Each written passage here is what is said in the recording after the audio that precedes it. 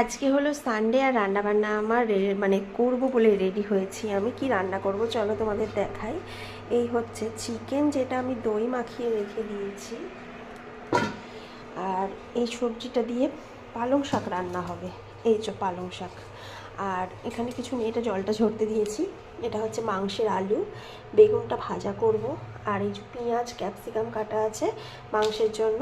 এখানে আছে আদা রসুন বাটা আর টমেটো, এই যে একটা হাফ আছে, একটা গোটা, দেখি কতটা দেওয়া যায়, গোটা গরম মশলা।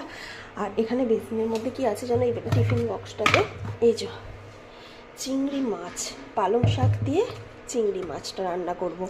তো এই হচ্ছে আজকে আমার রান্না বান্নার মানে এই হচ্ছে মেনু আর কি। এখনও পর্যন্ত রান্না শুরু করিনি, তবে রান্না এবার আমি শুরু করব। এই যে দুদিকে দুটো কড়াই নিয়েছি, দুটোতে পালং শাক একটাতে, মাংস একটাতে হয়ে যাবে। তো চলো আমি রান্না করতে শুরু করে দিই।